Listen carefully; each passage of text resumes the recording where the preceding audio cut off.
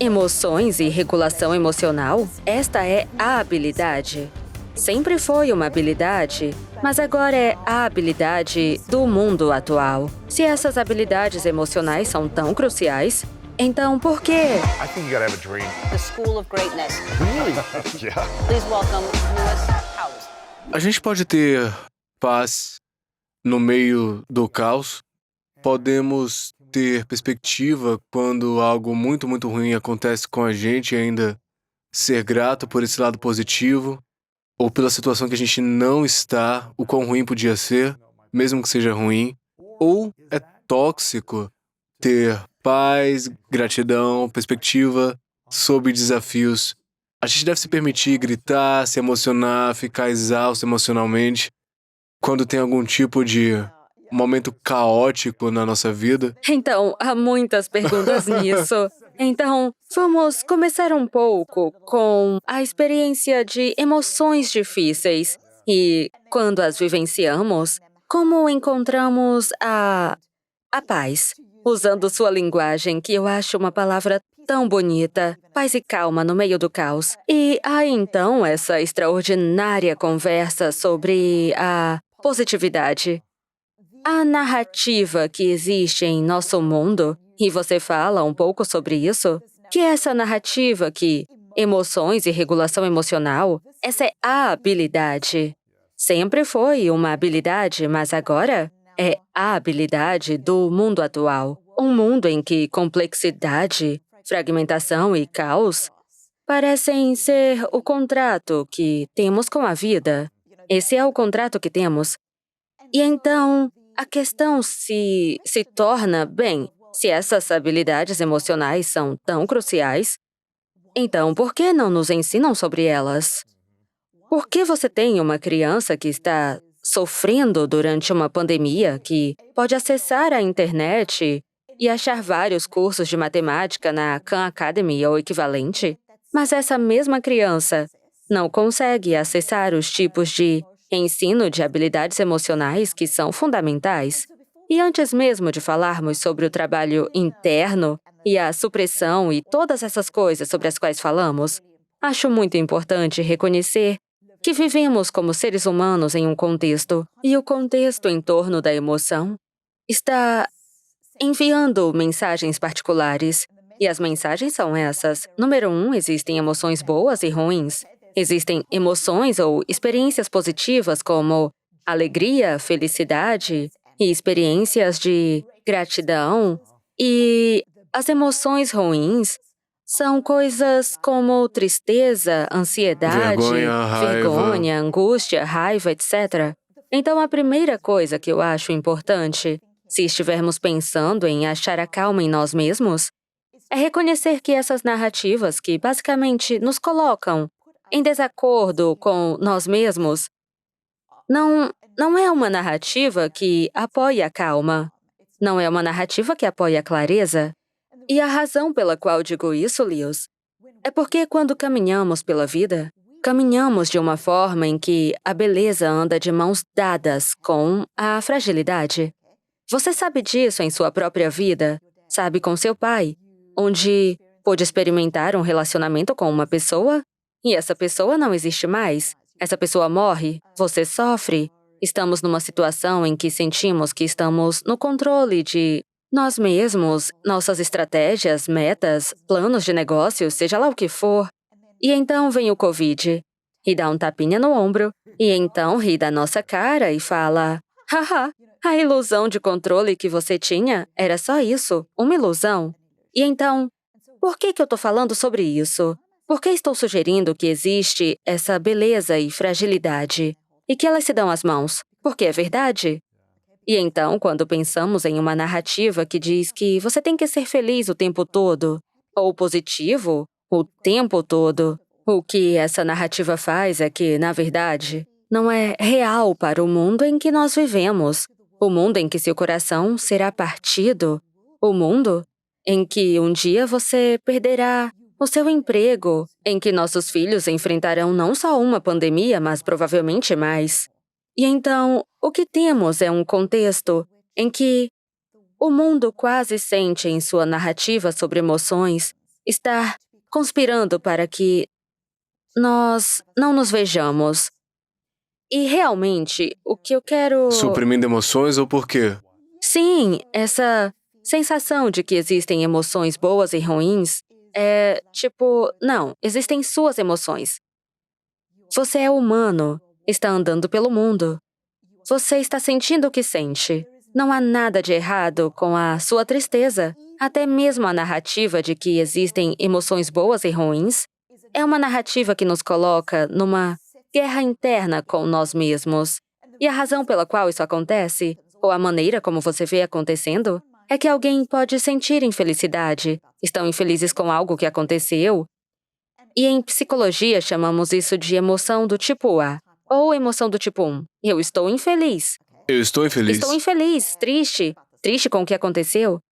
Então, o que começamos a fazer é começar a ter essa ideia de que, mas o mundo está me dizendo que tenho que ser positivo, grato, só boas vibrações.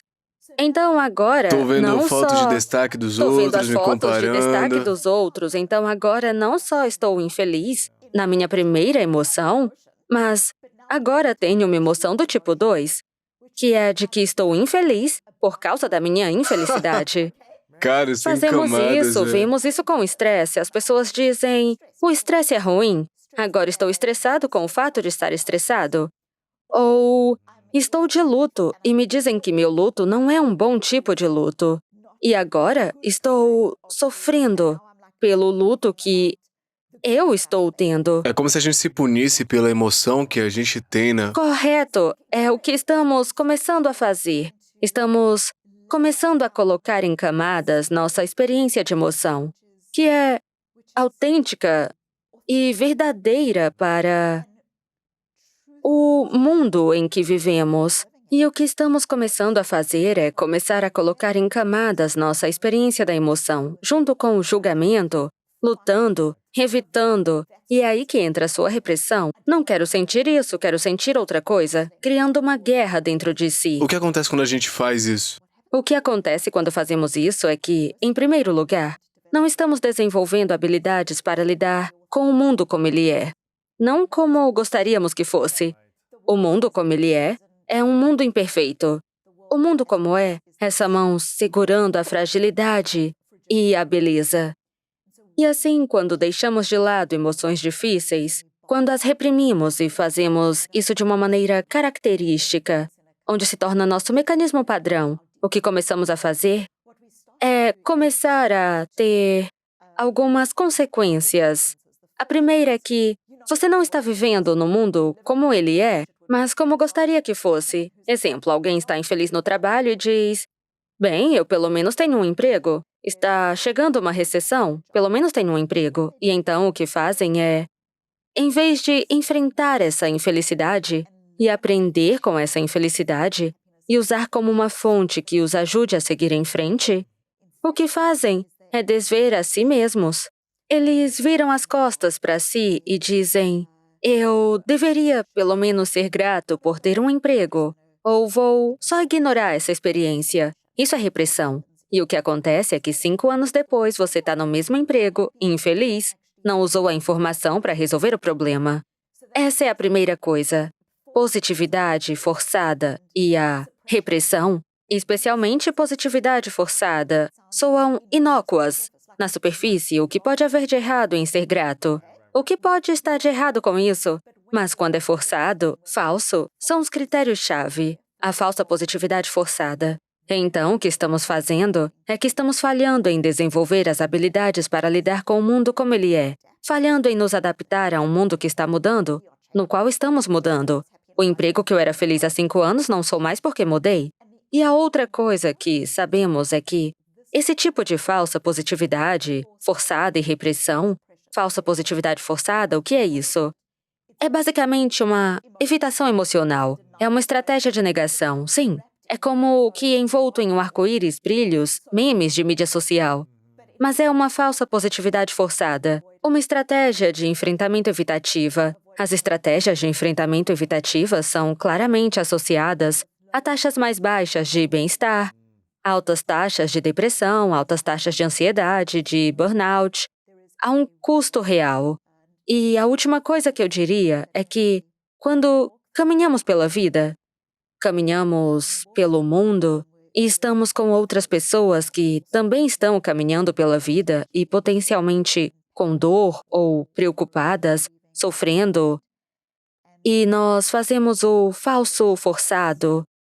Está tudo bem, porque não quero ir para as minhas emoções difíceis. O que estamos fazendo é nos socializar de uma maneira que não é integrada, não é autêntica, não é verdadeira, não é sábia para nós mesmos e para nossos valores.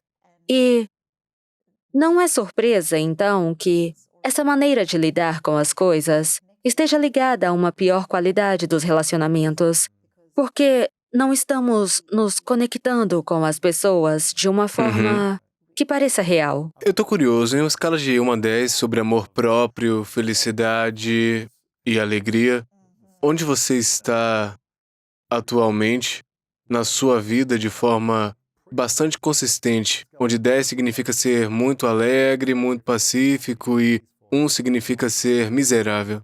Eu sou um 10. Um 10. Eu sou um 10 e sempre sou um 10. E sei que quando digo coisas como forçar a falsa positividade, eu pareço ser anti-felicidade.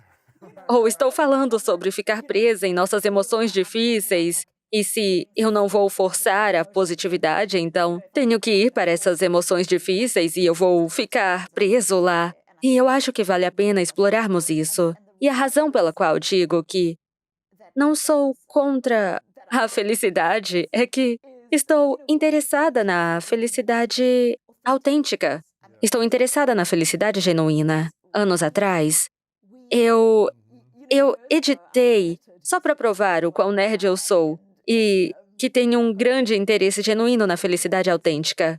Anos atrás, eu editei um manual de 90 capítulos chamado The Oxford Handbook of Happiness, o Manual da Felicidade de Oxford. E o que esse manual dizia era que o que sabemos sobre a pesquisa da felicidade, o que sabemos que apoia versus atrapalha o bem-estar das pessoas.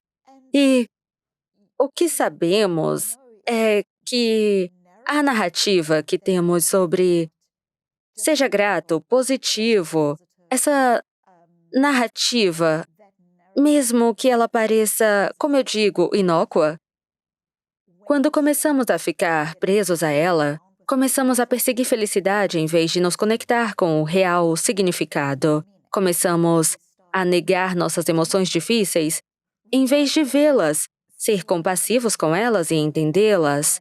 E começamos a nos afastar cada vez mais de nós mesmos e de nosso centro. E ao fazer isso, perdemos nossa capacidade no mundo. Então, digo que sou um 10 e... E você sempre foi? Eu nem sempre fui. Quer dizer... Se você ouvir minha palestra TED, eu sei que já fez, você saberá que quando eu era... Eu nasci na África do Sul. Eu nasci como uma criança branca nos subúrbios brancos do apartheid, na África do Sul. E era um país e uma comunidade comprometida a não enxergar, a ficar em negação, Comprometida a não enxergar. a não enxergar, a enxergar a si mesmo, a não ver os outros, porque a negação possibilita 50 anos de legislação racista, enquanto as pessoas conseguem se convencer de que não fazem nada de errado. Esse é um nível diferente de repressão, um nível diferente de negação. Mas eu descrevo nessa palestra TED o meu pai morrendo e a experiência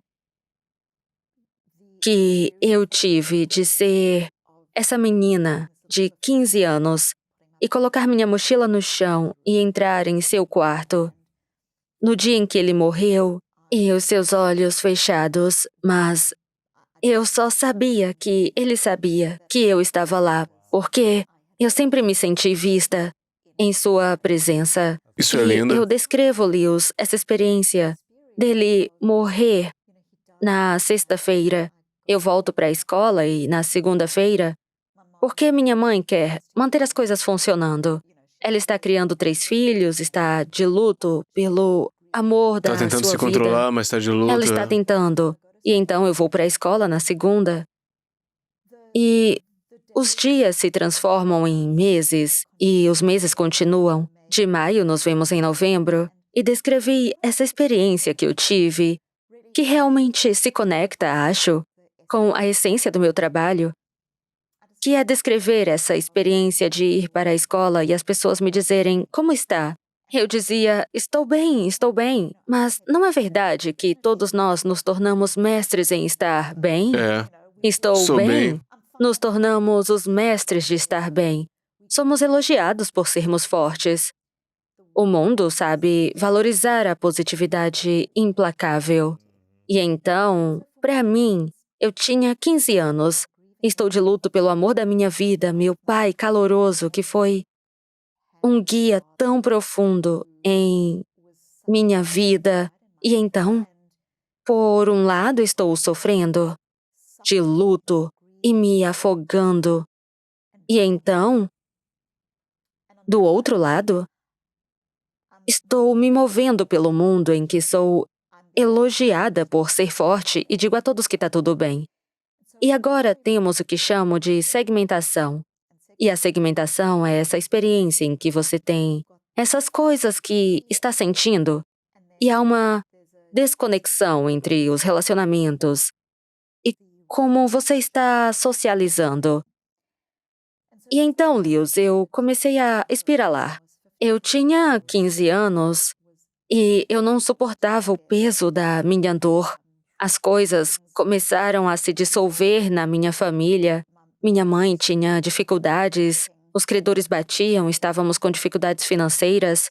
E comecei a, como tantos jovens de 15 anos, estava comendo muito e purgando, incapaz de suportar o peso da minha dor. E então, a razão pela qual eu falei disso é porque você me perguntou como eu era e o que sou agora. E eu não quero me usar como exemplo, porque cada um tem sua jornada, mas tive essa experiência extraordinária de me sentir cada vez mais separada de mim mesma e cada vez menos centrada. E eu me lembro de ir para a escola um dia e havia uma professora de inglês e ela distribuiu cadernos em branco para a classe. Ela olhou para mim e ainda lembro literalmente até hoje, ela olhou para mim enquanto entregava e era um convite para a aula, mas senti que era para mim. E ela disse, escreva, diga a verdade. Escreva como se ninguém estivesse lendo. E eu sei que você fez Claro. muitos diários. E então, Lewis, eu comecei a me afastar dessa negação e me afastar para realmente entrar e assumir minha experiência. Então, todos os dias eu escreveria nesse diário, escreveria sobre a dor e apenas essa perda e arrependimento e todas essas coisas. E comecei a perceber isso com o tempo, que isso realmente se tornou a revolução do meu trabalho. Essa experiência com essa professora é literalmente o que me colocou no curso de 20 anos como pesquisadora de emoções. Porque o que comecei a perceber é que a narrativa de felicidade é um direito seu, só seja feliz, finja ser feliz, apenas siga em frente. Se pensarmos em como falamos com as pessoas que têm câncer, seja positivo. Essa narrativa, ela existe. O que comecei a perceber é que essa narrativa e a forma como eu estava interagindo com ela me deixavam mais frágil. Não menos frágil, mas mais frágil, menos resistente, menos bem, menos saudável. E em contraste, quando comecei a fazer esse diário e anotava as experiências que eu tinha, meu arrependimento, minha dor, o que foi notável para mim é que comecei a reconhecer a cura que vinha dessa jornada. E então comecei a me interessar em por que nos é servido esse prato de gratidão e felicidade como o ponto de chegada, enquanto, na verdade, a maneira como chegamos a qualquer coisa que se conecte com integridade e bem-estar é pela integridade conosco mesmos. E então, para mim, foi essa experiência de registro Então, no do diário. processamento da emoção, né? O processo, quando olhamos para o que é chamado de escrita expressiva, quando muitas pessoas falam sobre esse registro no diário e por que escrever é tão poderoso, e quando você olha para as questões muito importantes sobre o que acontece quando você escreve, qual é o mecanismo que permite que escrever no diário seja poderoso? É a criação de sentido que vem através da escrita no O diário. significado. É a criação de significado que vem através do registro no diário. É a experiência de manter, em última análise, durante o período de registro, manter suas lindas memórias, no meu caso, daquela pessoa. Então, sem negá-las, segurando-as e trazendo-as à tona, para que haja essa beleza, alegria, conexão. E então, segurar a dor, a perda e a dor, e juntar essas duas coisas é o centro da saúde psicológica e do bem-estar.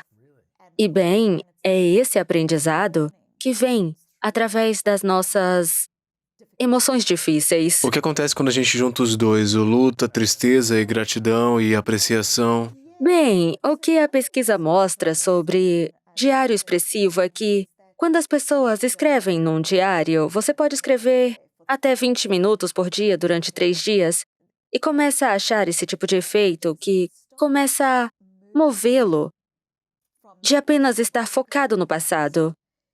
Há uma presença consigo mesmo, em uma visão consigo mesmo. E o que você começa a reconhecer quando começa a analisar a escrita das pessoas, quando passam por essa escrita expressiva, você se pergunta, bem, o que prevê que as pessoas se saem melhor ou não? O que prever as pessoas que se saem melhor é que elas não estão sendo uma poliana, não estão só dizendo, tudo bem, eu deveria ser grato porque tive 15 anos com meu pai. Elas não fazem isso. O que fazem é manter suas belas e positivas experiências ao lado de suas duras e difíceis experiências, a dor, o arrependimento, e então começam a gerar um senso de revelação e significado. Então, para mim, como um exemplo, e eu quero voltar a essa professora porque foi tão marcante o que ela me disse, o exemplo foi que, com o tempo que eu estava escrevendo, eu comecei a me conectar com um certo senso de resiliência em mim mesma. Então era como se eu escrevesse sobre essas experiências difíceis e, com o tempo, começasse a reconhecer que tinha esse senso interno de resiliência e de conexão. E assim, voltando à sua palavra, calma, eu saí da escrita com a sensação de ter visto o eu, uma sensação Claro. de calma. Então É respondi... interessante, como meu pai faleceu no início do ano e obrigado por entrar em contato e me enviar uma mensagem. Quando ele faleceu, eu lembro que todo mundo me perguntou como é que você tá, e eu fiquei tipo, cara, pra ser sincero, eu tô triste e grato. Eu continuei dizendo, eu tô triste que tenha acontecido dessa maneira, que ele tenha sofrido um acidente por 17 anos e não tenha tido o relacionamento que eu tinha com ele. E eu tô tentando encontrar um sentido pra isso, encontrar um significado nesse processo. Mas também sou muito grato porque a gente passou por momentos lindos juntos, então eu tô triste e grato. E eu vou continuar dizendo isso. Eu fiquei tipo, cara, eu tô triste e grato. E a ambos, certo? É. E eu acho que essa é a beleza. É como voltar ao que dissemos antes sobre a narrativa de emoções boas e ruins. O que faz é colocar essas emoções umas contra as outras. Mas somos tão belos por sermos multifacetados. Experienciamos mais de uma única emoção. Podemos manter essas coisas simultaneamente. E, assim, a maneira como nos movemos para um âmbito de manter esses sentimentos não é rotulando um de bom e ruim, mas reconhecendo que o que você sente é só o que você sente. Há tanto poder na aceitação. Eu não quero dizer resignação passiva, apenas aceitação. Isso é o que eu sinto. E existe esse poder. Eu quero voltar rápido para algo que essa professora disse anos depois. Então, essa professora. Tenho 15 anos e anos depois vou a uma conferência. E há alguém nessa conferência que dá uma palestra e diz: haverá pessoas em sua vida que moldarão quem você é e a sua experiência. E se essa pessoa não sabe que moldou sua vida e sua experiência, estenda a mão e a deixe saber. Então eu procurei a professora, a encontrei e enviei a ela um buquê de flores e nesse cartão eu digo: você me viu, você me enxergou e por você me ver, você permitiu que eu me visse também. E eu disse a ela: mas uma coisa que eu sempre quis te perguntar foi... Lewis, eu escrevi esse diário com uma caneta, com poesia e todo tipo de coisa de adolescente de 15 anos. E todos os dias tínhamos uma correspondência secreta e silenciosa. Porque todos os dias eu entregava o diário e a professora devolvia dizendo: você parece muito triste. Ela escrevia essas anotações, mas sempre com um lápis fraquinho, quase imperceptível. Mal dava para entender o que ela escrevia, era um lápis bem leve. Então, eu disse a ela, quando nos reconectamos: por que você escrevia sempre a lápis? E ela me disse o que achei tão bonito. Ela disse: Susan, era sua história. Era sua história e eu só estava testemunhando a sua história. Mas você era quem estava criando a história. E isso me lembrou um pouco de... Porque eu sei que você quer se aprofundar na agilidade emocional e muitas vezes as pessoas perguntam: o que é agilidade emocional? E eu digo: bom, eu posso dar a definição de nerd, mas em última análise, meu trabalho é sobre enxergar, é sobre ver e sobre não ver. E o que quer Enxergar dizer a com si isso? mesmo. Bem, trata-se de ver a si mesmo de maneira saudável e completa.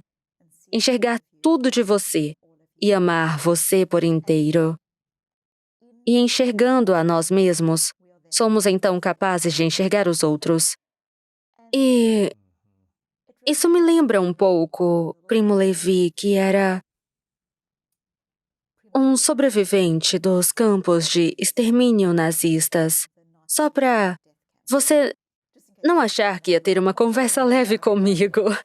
Então, Levi estava em um campo de extermínio. E quando os campos foram liberados, ele, literalmente à beira da morte, foi libertado. E então, ele e os seus companheiros sobreviventes do campo de extermínio embarcaram em trens de volta para suas cidades e Levi descreveu como, quando o trem parou em sua cidade natal, na Itália, havia muitas pessoas esperando nas plataformas para que eles chegassem.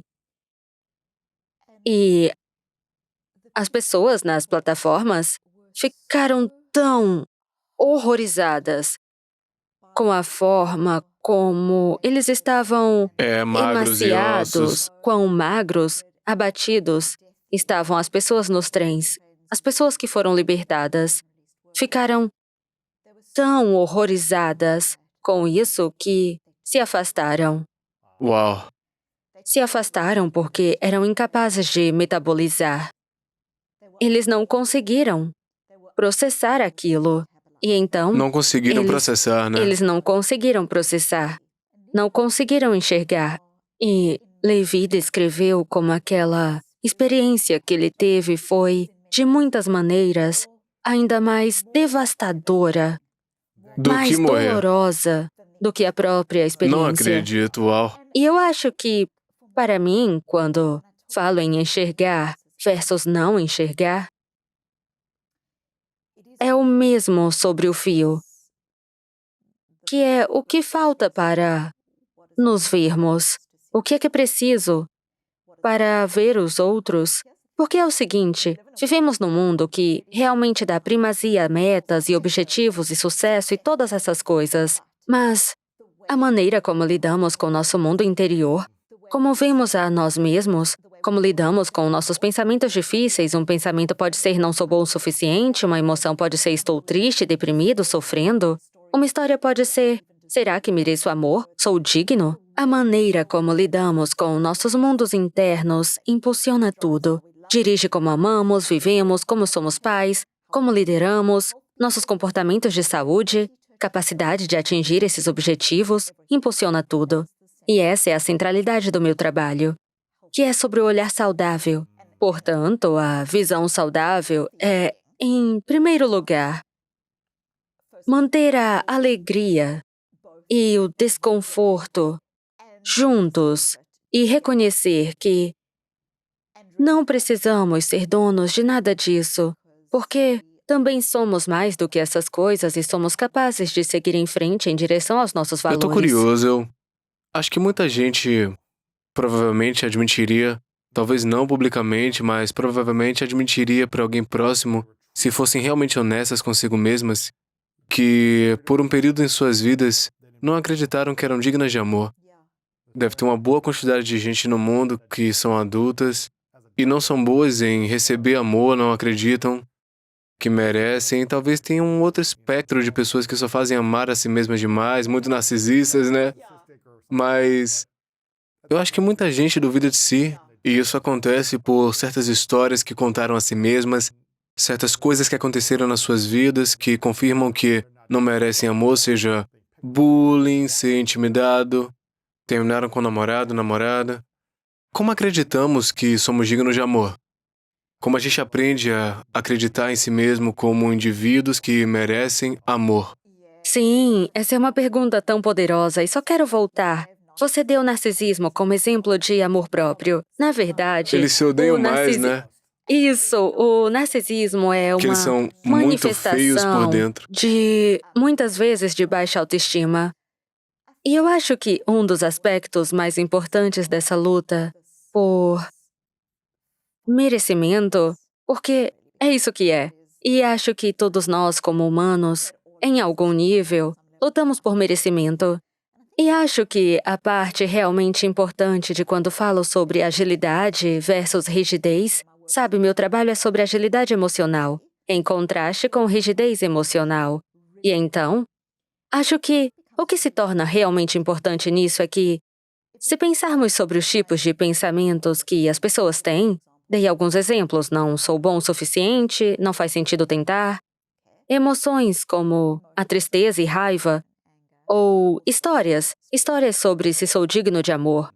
Portanto, uma parte muito importante de poder avançar no mundo com integridade é você reconhecer que isso é normal.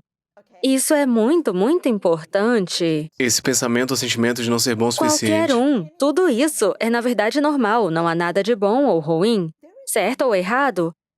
Ou dizer a si mesmo, ou um pensamento automático que diz, puxa, eu acho que vou ferrar tudo. Isso é literalmente seu corpo e a sua psicologia fazendo o trabalho que deveria fazer, que é te ajudar a entender o mundo, a se adaptar e responder. E se você nunca se preocupasse com o que diz ou como diz, não teria amigos. Você não chegaria a lugar nenhum. Não chegaria a lugar nenhum. Se você nunca se preocupou se deveria ter medo de algo ou não, então estaria Você estaria morto. É. Então, toda essa narrativa que existem alguns pensamentos bons, ruins, é uma narrativa totalmente falsa. Interessante. E assim, uma das principais maneiras pelas quais começamos a desmantelar a narrativa é reconhecendo que esses pensamentos, emoções e histórias são normais.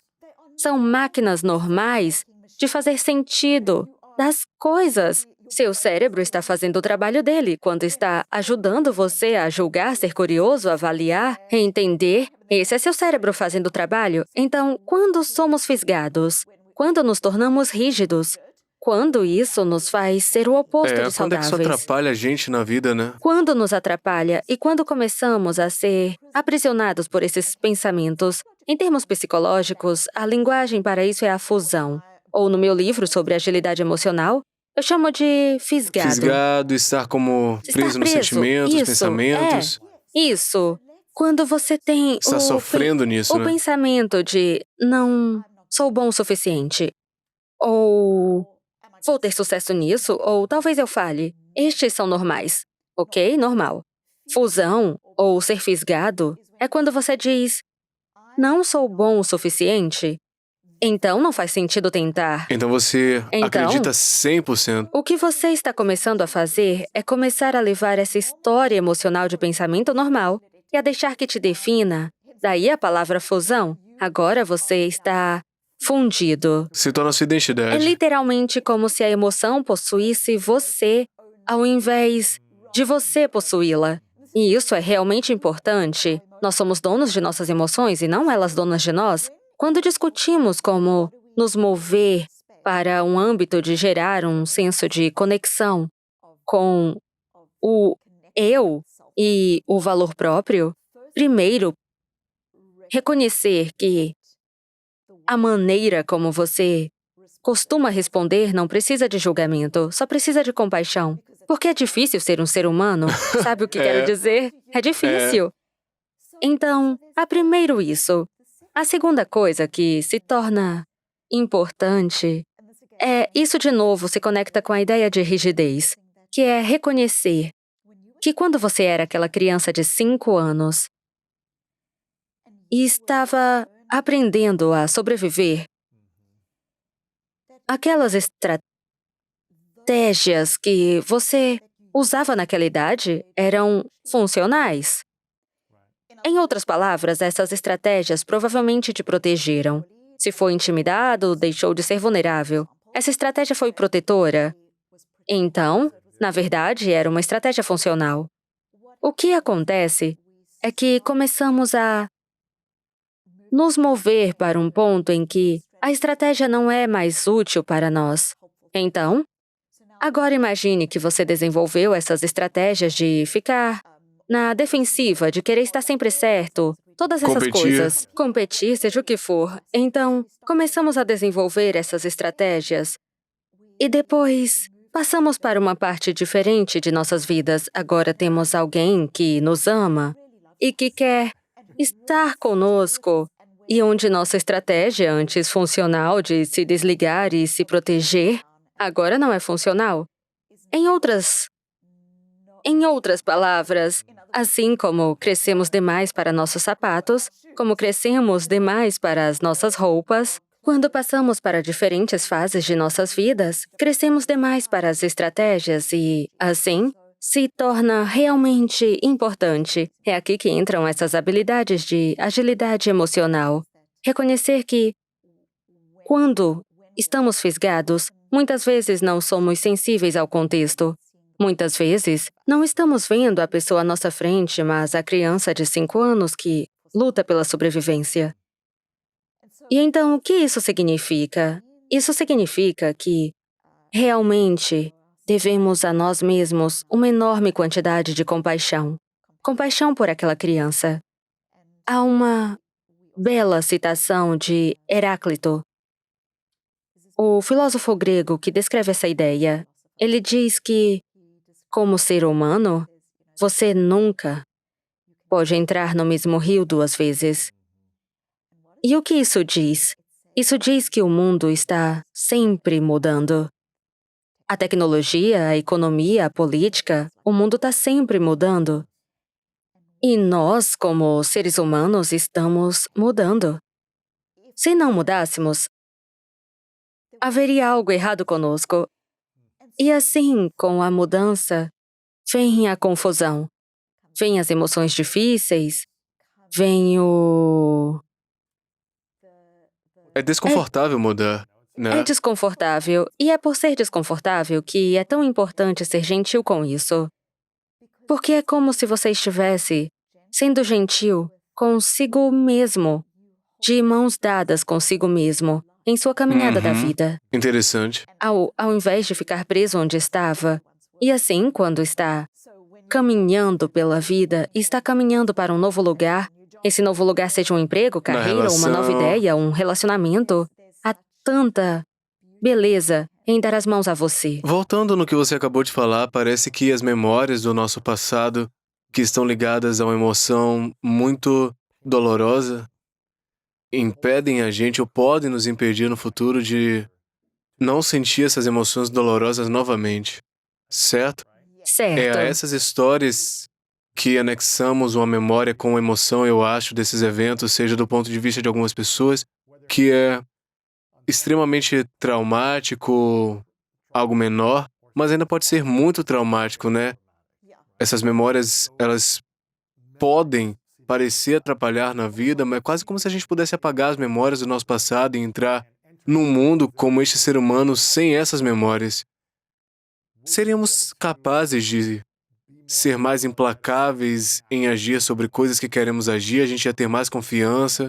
Eu acho que é uma pergunta tão poderosa. Quero dizer, acho que as memórias nos atrapalham, mas também nos movem para frente. Quero dizer, há memórias Que nos protegem que nos também. protegem, todas essas coisas, mas podemos ser fisgados por um passado, mas também podemos ser fisgados por hoje. Sabemos que quando as pessoas estão passando por muito estresse, quando o mundo muda rapidamente, quando o seu trabalho muda, e aí tem mais uma transformação e mais uma, seja ela qual for, quando os seres humanos experienciam grandes quantidades de estresse, ou mesmo níveis normais de estresse, quantidades normais de confusão, na verdade tende a haver um estreitamento cognitivo. E o que quero dizer com isso é que tendemos a, conforme experimentamos mais ambiguidade, estresse ou mais tecnologia, é quase como se a tecnologia superasse nossa capacidade humana de lidar com ela. Porque quando os seres humanos, se pensarmos no mecanismo evolucionário de sobrevivência, quando estamos experimentando estresse e ameaça, há um estreitamento perceptivo, literalmente um estreitamento cognitivo. Então há um foco. E esse foco pode ser que estou viciado em estar certo no meu feed do Twitter, estou preso na minha emoção hoje porque há um estreitamento. Então podemos ser não ágeis e rígidos por causa da experiência do passado, mas também podemos ser não ágeis e rígidos porque há muita coisa vindo em nossa direção. E o Fórum Econômico Mundial fala sobre essas habilidades de agilidade emocional como sendo as habilidades do futuro, exatamente por esse motivo. Com certeza, você também percebe que os maiores líderes são aqueles que são flexíveis em sua capacidade de se relacionar e se conectar com pessoas diferentes, aqueles que podem lidar com pressão sem entrar no modo de medo, no modo de ataque, mas que podem ver isso e não estreitar o foco, mas ampliar e ver tudo e manobrar com flexibilidade. São normalmente que conseguem durar nos negócios, nas relações, como treinadores de equipes de esportes, são os que têm sucesso a longo prazo por muito tempo. Eles conseguem ter consciência contextual. Então, o que você está começando a fazer é se afastar de uma história rígida que define sua ação para ser capaz de diminuir o zoom e obter uma noção maior do que qual é o escopo completo do que estou experimentando. E o que você descreveu é tão importante. Em primeiro lugar, eu só quero dizer, você fez a pergunta sobre como começamos a desenvolver níveis maiores de autoestima. Acho que uma das maneiras mais poderosas é por meio da ação, fazendo escolhas, mesmo que sejam difíceis, que pareçam conectadas com os nossos valores e manter promessas conosco. É através da ação que começamos a desenvolver o sentido. Mas você mencionou líderes e isso me conecta com... Eu sei que é uma coisa óbvia de se basear, mas isso me conecta com Nelson Mandela, em parte por minha história. Mas uma das ideias fundamentais do meu trabalho é, em primeiro lugar, que essas emoções não são boas ou más. Em segundo, que as emoções são dados, informação. As emoções sinalizam nossas necessidades. Isso é muito diferente de, tô me sentindo triste, só deixe isso de lado. O que isso diz é que não estamos só tentando administrar nossas emoções difíceis como em uma clínica, gerenciá-las. Gerenciar é a palavra errada. Regula mesmo. Nem estamos tentando regular. Na verdade, podemos ir muito além do extraordinário reconhecimento de que nossas emoções são dados, informações, que nossas emoções estão iluminando nossas necessidades e os nossos valores.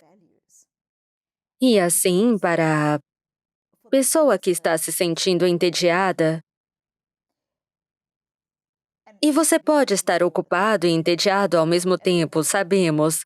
O tédio está dizendo: "Ei, você se preocupa com o aprendizado? Você se preocupa com o crescimento? E não tem o suficiente, então, se está se sentindo entediado no trabalho, o que isso sinaliza é um valor. E na verdade está dizendo que você pode se mover em direção a esse valor. Levantar a mão para um novo projeto, ter conversas diferentes com a sua equipe. Se você está entediado num relacionamento, ou o que chamo de supercompetente, sai para jantar. É muito Você confortável. sabe qual vai ser a opinião da pessoa sobre o filme, o que ela vai pedir ou o que vão conversar.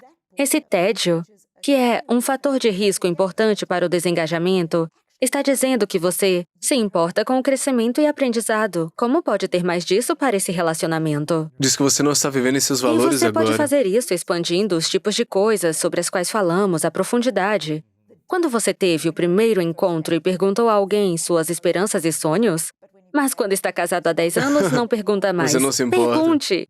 É. Pergunte, porque isso traz você para seus valores. Nelson Mandela falou sobre algo muito poderoso. Ele não afastou a raiva. Ele falou sobre entrar em um relacionamento com sua raiva. Falou sobre sua raiva sinalizando os valores dele. E que um valor que era muito importante para ele estava ameaçado, que é a igualdade e o desmantelamento do apartheid. Então, não se tratava de deixar a emoção de lado. Então, aqui está essa ideia. Suas emoções são dados, mas não são diretivas. Então, vou jogar isso para você. As emoções são dados, mas não são diretivas. As emoções são dados porque sinalizam nossas necessidades e os nossos valores, mas não são diretivas. Só porque tô com raiva não significa que posso Gritar desabafar com com as todos. pessoas, quebrar Porque só porque me tudo. sinto triste e não quero sair da cama, não significa que vou ceder à tristeza. Falamos sobre reprimir emoções, isso começa E a você fica um incomodar, então prisioneiro. você é aprisionado por suas emoções difíceis. Nelson Mandela disse algo extraordinário. Descreveu como, para navegar com eficácia em sua raiva, precisava aprender a se sentar com o seu opressor. E isso é muito emoção- poderoso. Bem, não, a emoção estava sinalizando os seus valores em torno do patrimônio. Para realmente se mover em direção a seus valores, ele não podia ser dominado por sua raiva. Na verdade, precisava entrar na sabedoria que suas emoções apontavam. Ou seja, se você quer conversar, se quer colaboração, se quer ser visto, então precisa se colocar em uma situação em que está colaborando, no qual você é visto, no qual você está conversando. Então, Nelson Mandela, uma das coisas mais poderosas que ele fez foi sentar para conversar. Mas não dá pra sentar com suas emoções de raiva, revolta, porque alguém não vai ser capaz de receber isso em colaboração, né? Emoções são dados, não diretivas. É. É como... Não é credível. Correto. Não é credível. Se você tá gritando comigo porque você tá chateado, porque eu fiz algo que eu nem sabia, eu vou ficar tipo, cara, do que é que É a você tá falando? compreensão do que a emoção está sinalizando, Comunicar. a fim de entrar na sabedoria dos seus valores. Então, não são as emoções que estão dirigindo você, não são as emoções que são as diretivas, são os valores e a sabedoria. Eu acho importante porque, quando você vive numa sociedade polarizada, ficamos tão viciados em estar certos que, na verdade, o foco em estar certo, muitas vezes, nos afasta dos valores que O professamos. desejo de igualdade, ou o que quer que seja, ou algo assim, né? Queremos ser inclusivos, mas estamos sendo tão exclusivos em nossa opinião? Ou só há uma maneira de estar em nossa opinião? Ou Ou queremos então, ser vistos, mas não veremos outra pessoa, a menos que ela veja meu ponto de vista, seja ele qual for. é tão interessante porque é essa retenção de emoção saudável e é a única maneira de nos afastarmos da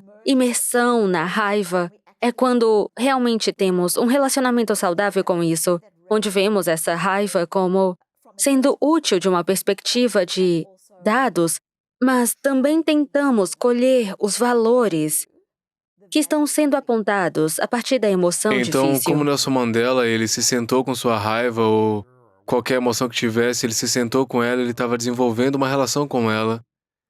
E ele usaria essa informação para comunicar o que ele queria e as suas necessidades Para ir também. em direção ao que você se importa e podemos jogar isso de muitas maneiras. Se pensarmos na solidão, a solidão está aumentando e podemos nos sentir sozinhos no meio de uma multidão. Quando as pessoas estão solitárias, muitas vezes o que fazem é colocar uma barreira maior porque se sentem quase envolvidas nessa solidão. Mas a solidão indica que precisa de mais intimidade e conexão. E assim, se pudermos entrar nesses valores de forma mais proposital e completa, é por isso que quando dizemos o que é agilidade emocional? Bem, se trata de ver e desver. Qual é a verdadeira definição disso? Agilidade emocional é sobre a capacidade de estar com todos os pensamentos, emoções, experiências de maneiras curiosas. O que essa emoção está tentando me dizer? De maneira compassiva, porque é difícil ser um ser humano, e de maneiras corajosas. Ter essa conversa difícil nem sempre é agradável. Não conseguimos ter uma carreira significativa, deixar o mundo um lugar melhor, ou criar uma família, sem estresse e desconforto. É interessante como eu tenho estado numa relação com minha namorada, Marta. Eu disse no começo, olha, a gente pode ter todas as conversas desconfortáveis que você quiser. Coisas do meu passado que eu não me orgulho, eu vou compartilhar com você. Deve ter coisas sobre quais você não quer me falar, mas talvez não seja bom pra mim o jeito como você tá dizendo, tanto faz. Não posso prever, mas não deve haver motivo pra gente gritar ou pra gente reagir com raiva um do outro. Nós podemos ter todas as conversas ruins que você quiser. A gente pode comunicar tudo isso como adultos conscientes, corajosos e compassivos. Sim. Isso não significa que você tem que se inclinar pra, tipo, eu posso sentir isso, eu posso... Ok, isso é triste, isso machuca, isso me deixa com um pouco de raiva, mas não são minhas instruções, né, como você disse. Sim, porque, de novo, somos donos de nossas emoções. Elas não são nossas donas, e é aqui que entram algumas dessas habilidades de agilidade. Algumas habilidades práticas reais que podem ser úteis para as pessoas. Você tem esse post que eu vi no Instagram e eu amo isso. A melhor pergunta a se fazer em um momento de estresse ou conflito. O que você tem nesse post é se perguntar que ação eu poderia tomar para que eu tivesse mais alinhada com os meus valores, né? E o motivo de eu gostar desse post é porque você continua falando sobre valores. A maioria das pessoas não sabem quais são seus valores. Então, o que é que acontece quando a gente não tem clareza sobre os nossos valores de maneira geral? Bem, algumas coisas acontecem, claro. Você está falando com a nerd dessas coisas, eu direi. Tem 23, tem cerca de 27. Se a gente não tem valores ou não temos clareza sobre Então, isso, o que há acontece? algumas coisas que acontecem. A primeira que acontece é que estamos mais propensos a estar sujeitos ao que se chama de contágio social. O contágio social é onde, basicamente, captamos os valores de outras pessoas ou emoções de outras pessoas. E há alguns estudos epidemiológicos muito lindos que, por exemplo, mostram que se alguma pessoa da sua rede social se divorciar, por exemplo, mesmo que você não conheça essa pessoa, se torna mais provável que você se divorcie. Uau! Ok? Então, porque esse divórcio é quase como um comportamento normalizado para você. E você começa a adotá-lo como algo que é seu, como se não tivesse problema. Alguns outros exemplos. Imagina que você entra num avião e meio que tá tentando ser saudável, mas não está realmente conectado num nível profundo consigo. E seu parceiro de assento compra doces. Você tem 70% mais chance de comprar. E isso pode soar como, bem, quem se importa? É só uma vez. Mas se você pensar sobre isso, o que começa a acontecer é que podemos começar a absorver a maneira como as outras pessoas vivem. Nosso vizinho dirige um carro, queremos ele, queremos essa promoção, rede social.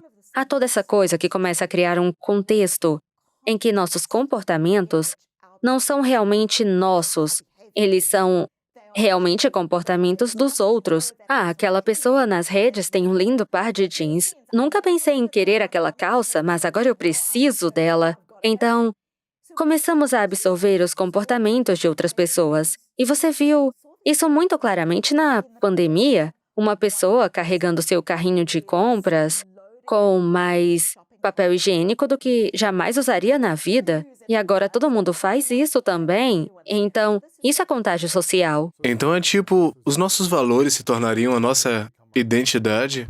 Não, então isso ocorre porque há emoções no mundo e comportamentos no mundo, e nós somos humanos e somos espécies sociais, e começamos a captá-los. Eu vou para a parte dos valores, porque é muito importante. Então, vou jogar um exemplo aqui. Isso é baseado em algumas pesquisas. Então, imagine que você é alguém que cresceu num ambiente, em uma comunidade, em que cada mensagem que você já recebeu era: não vamos para a faculdade, não servimos para a faculdade, não vamos, isso não é quem somos. Mas você luta e faz tudo o que pode e vai para a faculdade. E então, porque a beleza da vida anda de mãos dadas com a fragilidade, um dia você está na faculdade e é reprovado no primeiro teste. Ou as coisas não vão bem, ou alguma coisa acontece. As coisas parecem estressantes. Então, nesse ponto, há uma probabilidade significativa de que essa pessoa abandone a faculdade.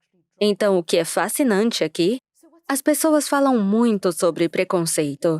Essa pessoa é tendenciosa, eles são preconceituosos, sabe? Contra o meu gênero, ou o que quer que seja. Mas o que não falamos é sobre preconceito próprio. O que é o autopreconceito? O autopreconceito é quando você cresceu num ambiente no qual existe algum tipo de narrativa. Não fazemos faculdade, é um exemplo.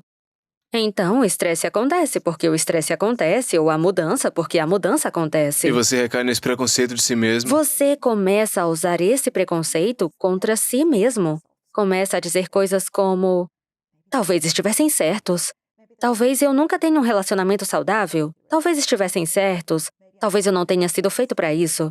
Então, é por isso que vemos, nesse momento, muitos desses estudantes universitários desistindo. Mas voltando aos valores, se você pegar esses estudantes universitários e envolvê-los em um breve exercício de redação e pedir que escrevam por literalmente 10 minutos o porquê estão estudando esse curso específico, porque é importante para eles, qual o propósito deles, quais seus valores, qual é a essência do que estão fazendo e por que estão fazendo.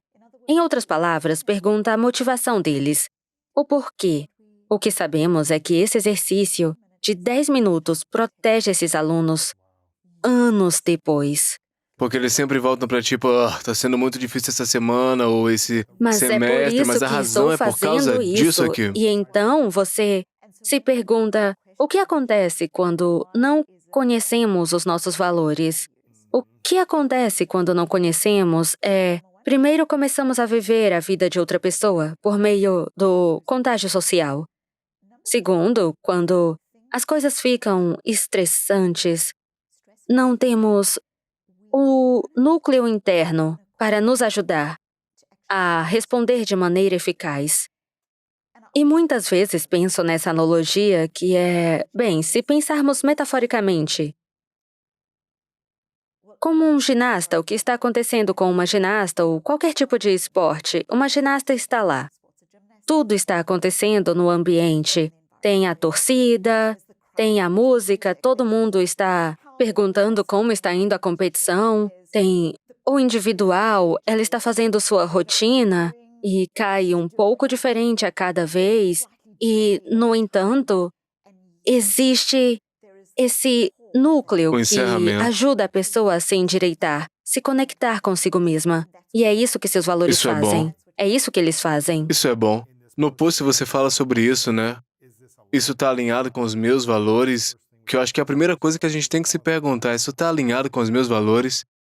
E outro que você tem aqui é, eu posso estar certo agora, mas a minha resposta tá servindo para alguma coisa? Tá servindo para os meus valores, para minha visão, tá me servindo para onde eu quero ir no meu futuro também? Isso, posso estar certo, mas tá me servindo? Exato. Eu tive uma experiência com esse executivo há alguns anos. Ele trabalhava para as Nações Unidas, estava muito envolvido com a segurança alimentar. Ele estava trazendo comida para as pessoas que, de outra forma, não conseguiriam. E eu tive essa conversa com esse indivíduo e ele me disse que, para fazer seu trabalho com eficiência, ele precisava trabalhar com um funcionário do governo em particular nesse país. E não suportava esse cara. Ele disse, não suporto ele. Ele é horrível. Não Ele é uma consigo pessoa má. suportar. E então, o que ele fez? Ele ficou tipo, só estou evitando as ligações dele porque não consigo lidar. E tivemos essa conversa, e a razão pela qual isso é rígido é porque, em primeiro lugar, a pessoa pode estar certa. O cara pode ter sido um idiota, tanto faz, quem sabe, mas a razão pela qual é rígido é porque ele me dizia, esse homem fala comigo como meu pai costumava falar, e de jeito nenhum vou aturar isso. E a razão pela qual é rígido é porque isso pede uma nova infância. Ou um novo funcionário do governo. Ok. Nenhum dos dois é provável Não de vai acontecer. Não é Talvez mesmo? daqui 80 anos, Correto, algo assim. então, é como esse exemplo, de novo, de dados, não de Está diretivas. servindo para que você consiga o É que isso. deseja? Eu posso estar certo. Mas a minha resposta está me servindo? Está me aproximando de ser a pessoa amada, de ter o relacionamento da vida que eu mais quero ter? Com certeza. Eu amo essas coisas. Eu acho que eu podia passar mais 1 hora com você, mas eu tenho que fazer algumas perguntas e eu tô curioso. Você tem estudado isso há quantas décadas? Quer dizer, 2 Nem décadas? pergunte. 2 Eu décadas. sou tão nerd. É uma festa horrível. O que você faz? Sou uma pesquisadora de emoções. É, mais de 2 décadas. Sim, é. Você tem feito isso por um tempo, Sim. né? O que tem mais controle sobre nós se permitimos? O que é que tem mais poder se a gente entra nisso? Nossos pensamentos, emoções ou sentimentos? Desses 3, o que é que consome mais? E o que é que atrapalha mais na vida? Se a gente se envolver com eles, o que é que impulsiona positivamente também? Então, posso reformular um Claro, pouco? claro. Porque, então, as pessoas dizem coisas como o que vem primeiro, seus pensamentos, suas emoções, o que é mais forte. Na verdade, existem efeitos multidirecionais, então vou dar um exemplo.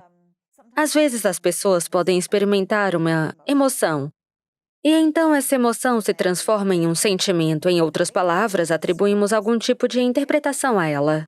E sabemos que, digamos, alguém está se sentindo um pouco negativo.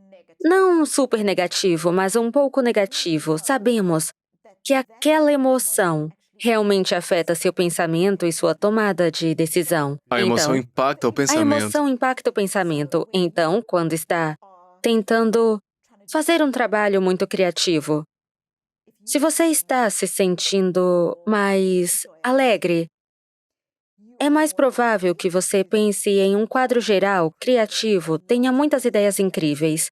Porque, novamente, quando você está sentindo mais alegria, você tem uma percepção ampliada. Então, você é capaz de trazer à existência coisas que talvez não existissem antes. E quando está num humor mais neutro a negativo, tem um estreitamento perceptivo. Então, imagine que está tentando escrever um livro. É por isso que dizemos que quando está escrevendo um livro, faça o trabalho criativo quando estiver num estado de espírito e o editorial quando estiver em outro estado. Porque quando você está de humor neutro a negativo, é mais provável que encontre erros. É mais provável que faça um bom trabalho de edição. Esse é um Interessante. exemplo no local de Interessante. trabalho em que as pessoas dizem: "Ah, as pessoas precisam ser positivas o tempo todo", o que é ridículo e cria uma falta de segurança psicológica. Mas, mais do que isso, quando você está lançando algo para um cliente, estar conectado e generativo vai criar uma receptividade mais expansiva.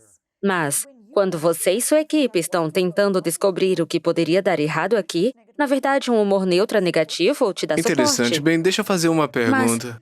Mas eu quero entrar na coisa do poder, É. então vamos lá, vamos. Sim, Segura esse sim, pensamento. claro. Eu quero fazer uma pergunta sobre esporte, porque quando eu estava trabalhando em vários times esportivos, se houvesse pessoas negativas ou atitudes, isso derrubava o time inteiro. Seja o treino, o jogo, atrapalhava todo o resto do time se alguém tivesse negativo. Agora, se você está assistindo a um filme de jogo e dizendo, cara, como é que eu podia ter feito isso melhor? E você é mais crítico, e você está avaliando, tipo, podia ter feito isso melhor, podia ter avaliado de maneira diferente. Mas nos esportes nunca se trata de ter uma atitude negativa, porque isso meio que puxa tudo para baixo. Então, como funciona isso com esportes? Bem, eu acho que há uma diferença entre alguém ficar preso no negativo em relação à criação de segurança psicológica, onde alguém diz: a maneira como estamos fazendo esse ataque pode não funcionar por causa disso ou daquilo, Entendi. sabe? Em vez de dizer Então, apenas sim, concordo com tudo. sim, então é realmente fascinante quando você olha como isso acontece nas organizações. Muitos líderes dirão: você está no ônibus ou você está fora do ônibus? Está comigo ou contra mim? E assim, o que está ligado a essa ideia é que se você disser algo que é difícil, ou se você destacar que algo pode não estar funcionando, tem algo errado com você. E então o que é que acontece? As pessoas veem um erro potencial que pode acontecer e o colocam de lado. Eles Faz não dizem sentido. nada porque não Pois querem é. ser vistos como negativos. Quando você pensa em organizações e inovação, a inovação anda de mãos dadas com o fracasso. A colaboração anda de mãos dadas com o conflito. Então, você não consegue ter uma organização ágil sem agilidade emocional, sem abertura para essas emoções que são difíceis. Então, quando você reconhece que alguém diz: "Ei, estou preocupado com a estratégia. Estou muito preocupado com isso de verdade." O que é que essa emoção está sinalizando? Pode estar sinalizando não que a pessoa seja negativa, mas que ela realmente se importa com o resultado, Isso é legal. que se preocupam com o cliente. E assim, quando você é um líder e cria espaço para a falta de julgamento sobre emoções boas ou ruins, passa a ter uma maneira diferente de ser. Legal. Pensamentos, Então, emoções. ok, pensamentos e emoções. A verdade é que essas coisas são multidirecionais e nenhuma vem primeiro. Então, para todas essas coisas, no entanto, podemos ficar presos em um pensamento, podemos ficar presos em uma emoção, em uma história, e é aqui que essas estratégias críticas entram em ação. Vou dar 2 exemplos. Você falava sobre desenvolver seu poder. Então, você está se apresentando para uma emoção difícil, está se apresentando com curiosidade, mas a verdade é que se sente em luto, se sente triste, se sente estressado e essa é a verdade para você. Então, é realmente difícil ler as instruções quando você está preso dentro da jarra. Quando você está preso dentro da emoção difícil, é difícil ser capaz de criar espaço para valores, porque você está tão imerso nela. E eu me lembro que, na verdade foi há alguns meses, eu tive a sorte de falar com a NASA. E foi um daqueles belos exemplos em que você está dando exemplo e é totalmente o mundo deles, que é essa coisa que os astronautas descrevem, que é quando eles vão para o espaço. Quanto mais longe eles ficam da Terra, é chamado de efeito de visão geral. Mas eles veem a Terra como sendo apenas uma picada de agulha. E que algo tão bonito acontece nesse momento porque os astronautas são lembrados simultaneamente de sua insignificância e da sua importância, porque há algo que parece tão poderoso em poder observar a Terra e podemos fazer o mesmo com nossas emoções.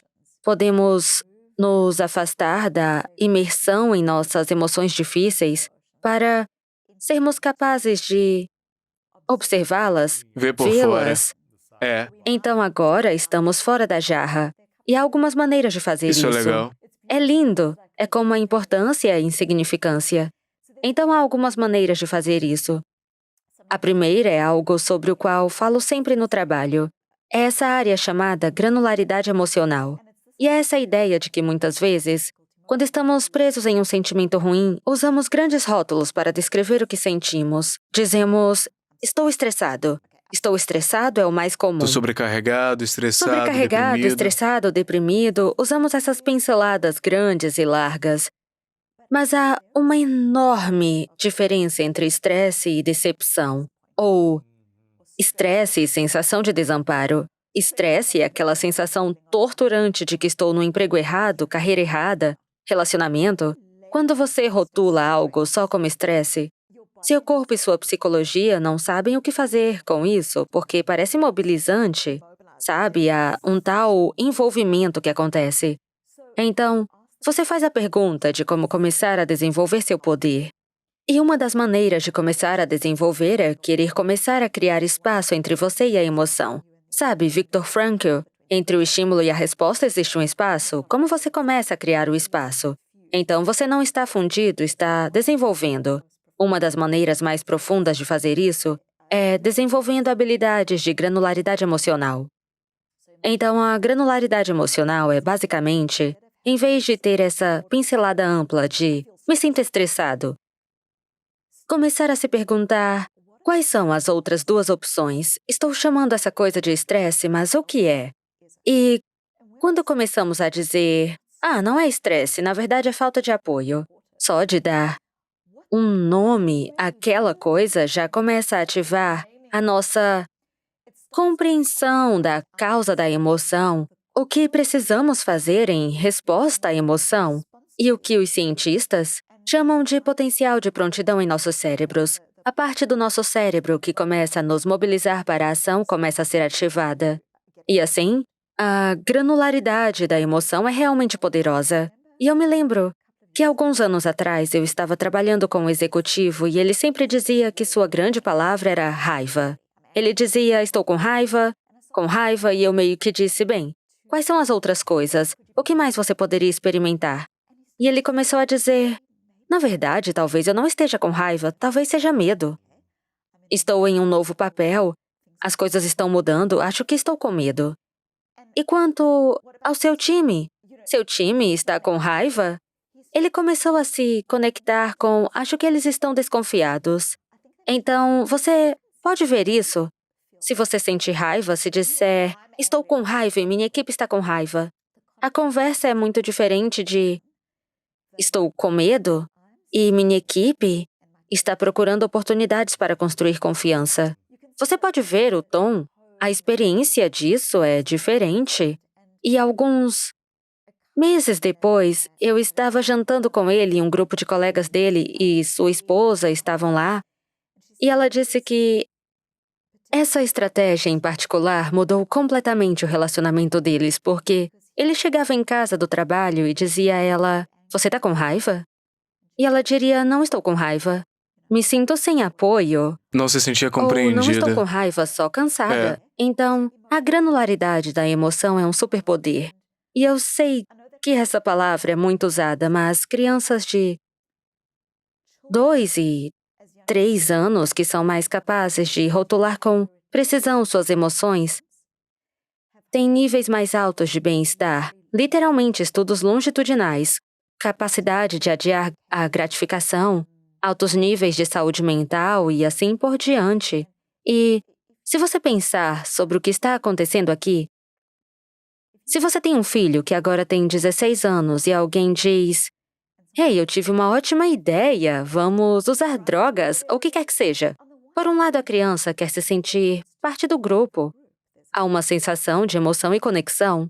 Então, por outro lado, a criança que dominou em algum nível a granularidade emocional é capaz de se conectar com a inquietação e dizer, puxa, isso não se conecta com meus valores, então não é preciso muito trabalho para ver como a granularidade emocional é realmente profundamente útil para nós em nossas vidas. Então, a outra coisa que acho útil em termos de sair da garrafa, sair da jarra, é ter cuidado para não se fundir com suas emoções. Então, qual é a maneira de desarmar?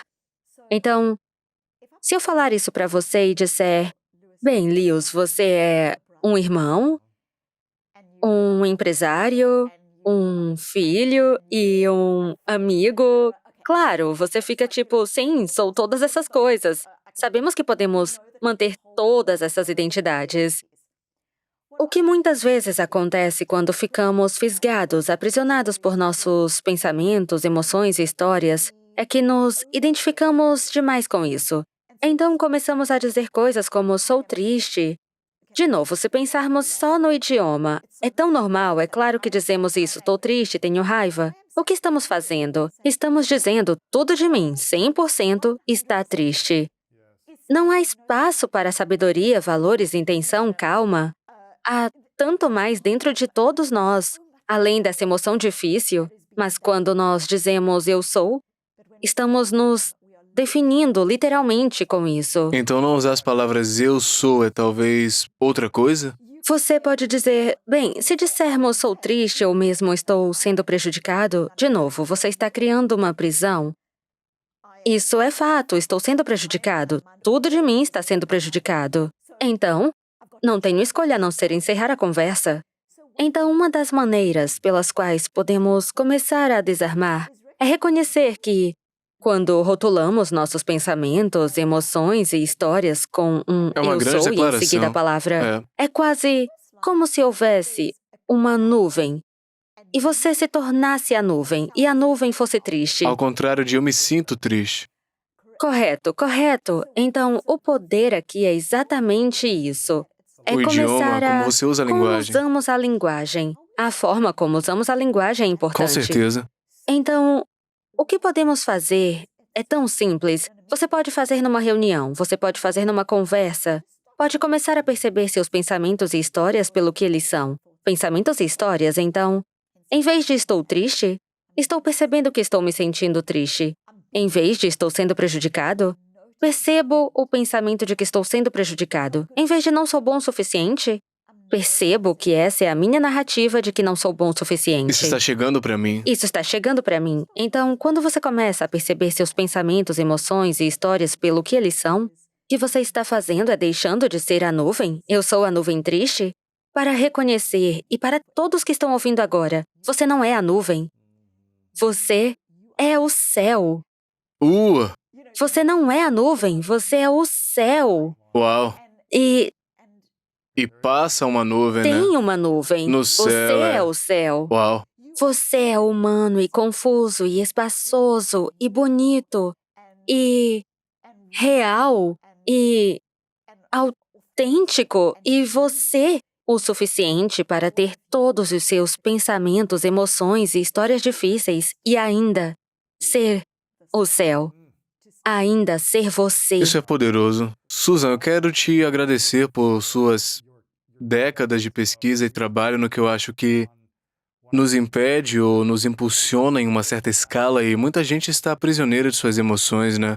Eu sinto que tem muitas pessoas livres no mundo que não estão nessa prisão, mas nos colocamos nessa prisão emocional que impede a gente de ter paz, alegria, amor, intimidade e de criar a vida que a gente quer. Então a gente está doente internamente.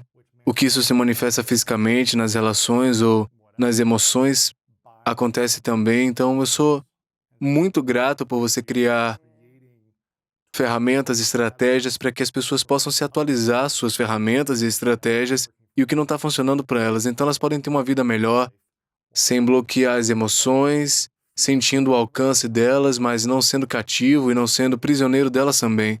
Então realmente agradeço você por isso. Obrigada e obrigada por nos Claro. ajudar a divulgar essas palavras. Claro. Eu te perguntei da última vez, eu acho que foi há 4 anos, quando você esteve aqui pela última vez, ela se chama As Três Verdades. Então imagine um cenário hipotético onde você pôde viver o quanto quis, mas vai ter que, hipoteticamente, você realizou tudo que quis, você viveu a vida do jeito que você quis. Mas por alguma razão você tem que levar todo o seu trabalho com você. Então as mensagens, essa conversa, seu livro, por qualquer razão, sumiram. Não está mais disponível, mas você pode deixar para trás 3 lições, 3 coisas que sabe que são verdade, suas experiências, sua sabedoria. O que você diria serem suas 3 verdades? Eu ia amar capturar as 3 verdades em coisas que parecem práticas para as pessoas. Acho que uma das verdades é que, para cada pessoa ouvindo, não importa se você tem 30, 40 ou 50 anos, para cada pessoa ouvindo, há uma criança dentro de você, há uma criança de 5 anos. E essa criança de 5 anos está puxando sua manga, dizendo: me enxergue, me ame, me escute, se conecte comigo. Então acho que uma das verdades será virar e encarar sua criança de 5 anos e perguntar a ela o que ela precisa. Precisa de espontaneidade, criatividade? E Cura. sim, uma das verdades que penso é que quando seguramos nossa criança dentro de nós, com gentileza, e também reconhecemos que não importa a idade que você tenha agora, seja 30, 40 ou 50, há alguém com 20 anos. Então eu tenho 50, então há um eu de 70 anos. Há também um homem de 70 anos olhando para trás e dizendo: me enxergue, me ame, faça o que é importante. E então acho que uma das verdades é que não estamos sozinhos no mundo. Mesmo que nos sintamos sozinhos, temos uma criança dentro de nós e uma versão mais velha dentro Isso de é nós. verdade. E se trilharmos a jornada com essas 2 pessoas segurando nossas mãos, teremos uma fonte infinita de fundamentação e sabedoria. Então eu acho que para mim É muito bonito. é uma das É verdades. muito bonito. Acho que outra verdade é que existe uma mitologia de que ser compassivo consigo mesmo é ser fraco e preguiçoso. Como passar a mão pela cabeça, mentir para si mesmo. E quando pensamos em uma criança pequena em um restaurante fugindo de seus pais e olhando para trás, para ter certeza que os pais estão lá, é o conhecimento que a criança tem de que seus pais estão lá, que se algo der errado, eles vão intervir. É esse conhecimento que realmente permite que a criança explore o restaurante, aprenda e cresça. E então acho que uma segunda verdade é que a autocompaixão é fazer por nós mesmos o que vemos com aquela criança e com os pais. E o que quero dizer é que quando você é gentil consigo mesmo, é quando você se protege, que é mais provável que você corra riscos, aprenda, cresça e seja vulnerável. E então eu acho que uma verdade é a verdade de que a autocompaixão é a pedra angular para prosperar e ter resiliência. E então, eu acho que a terceira verdade é uma verdade difícil, que é: antes de meu pai morrer, eu tinha 5 anos e meu pai morreu 10 anos depois, quando eu tinha 15 anos. Quando eu era pequena, eu entrava no quarto dos meus pais. E aos 5 anos de idade, muitas crianças se conscientizam de sua própria mortalidade. Então, começam a reconhecer que um dia seus pais não estarão mais lá. E eu encontrava meu caminho para a cama dos meus pais, noite após noite, após noite, após noite, para o desespero deles. E eu chorava. E eu dizia ao meu pai: papai, me prometa que nunca vai morrer. Cara. E isso foi 10 anos antes do meu pai ser diagnosticado com câncer, 10 anos. E eu dizia: papai, me prometa que nunca vai morrer. E meu pai poderia ter feito a falsa positividade forçada. Só seja grata pelo tempo que passamos juntos. Ele poderia, mas optou por não fazer. Ele poderia ter me protegido da verdade, mas escolheu não. E o que ele me disse foi: Suzy, todos nós morremos. É normal ter medo? E havia o que eu entendi como uma verdade da maneira como ele estava me guiando naquelas longas noites escuras. Ele me dizia que coragem não é ausência de medo. Coragem é o medo caminhando. Coragem é ser capaz de segurar seu medo, sua mudança, sua preocupação, sua tristeza, o que quer que seja em uma mão, e seguir em frente com seus valores na outra. Coragem não é ausência de medo. E acho que para mim foi muito poderoso porque em um mundo que nos diz para acabar com o medo, em um mundo que diz, mesmo em uma pandemia, procure o lado positivo. Não importa que estejamos na sombra da doença e da morte, existe realmente uma resiliência profunda ao ser capaz de caminhar para o futuro, segurando seu medo e sua coragem. Porque é isso que a vida nos pede. Absolutamente todos os dias, a vida está dizendo, você é ágil? E nasce de uma correspondência com o seu próprio coração. Susan, estou muito grato por você. Eu quero que as pessoas te sigam, susandavid.com, susandavidphd no Instagram, tem muito mais conteúdo. Eu amo ver suas coisas e ver as informações. Eu acho que é muito útil entender emoções, então todo o seu conteúdo lá no Instagram eu realmente gosto bastante. Também tem Agilidade Emocional, que é um livro incrível, quero que as pessoas comprem. De que outra forma a gente pode te ajudar? Vocês não precisam me servir. Esteja a serviço de si mesmo e do mundo que estamos tentando criar. Mas se você quiser se conectar um pouco mais com meu trabalho além das redes e do livro Agilidade Emocional, a minha palestra do TED se chama The Gift and Power of Emotional Courage. A gente vai linkar aqui também.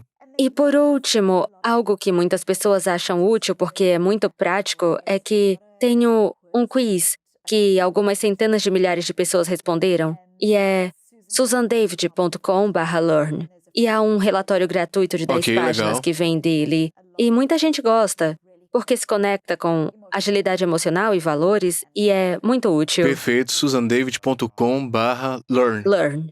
Faça o quiz, compre o livro, siga lá nas redes sociais, veja o TED Talks, a gente vai linkar tudo. Minha última pergunta, qual a sua definição de grandeza? Minha definição de grandeza é ser gentil. Ser gentil consigo mesmo, ser gentil com os outros, se afastar da rigidez para apenas se suavizar no mundo. Acho que coisas tão belas e grandiosas acontecem a partir da gentileza. É lindo, Susan. Muito obrigado. Obrigada. Muito obrigado. Quando você está sendo intimidado na escola, se você disser, sim, eu realmente sou, eu quero te machucar, esse é o ponto falso, por quê? Porque é uma dominação. O bullying é apenas para dominar. É um pouco como a gangorra. O valentão sente que está no fundo e você está acima dele, e ele só pode te diminuir.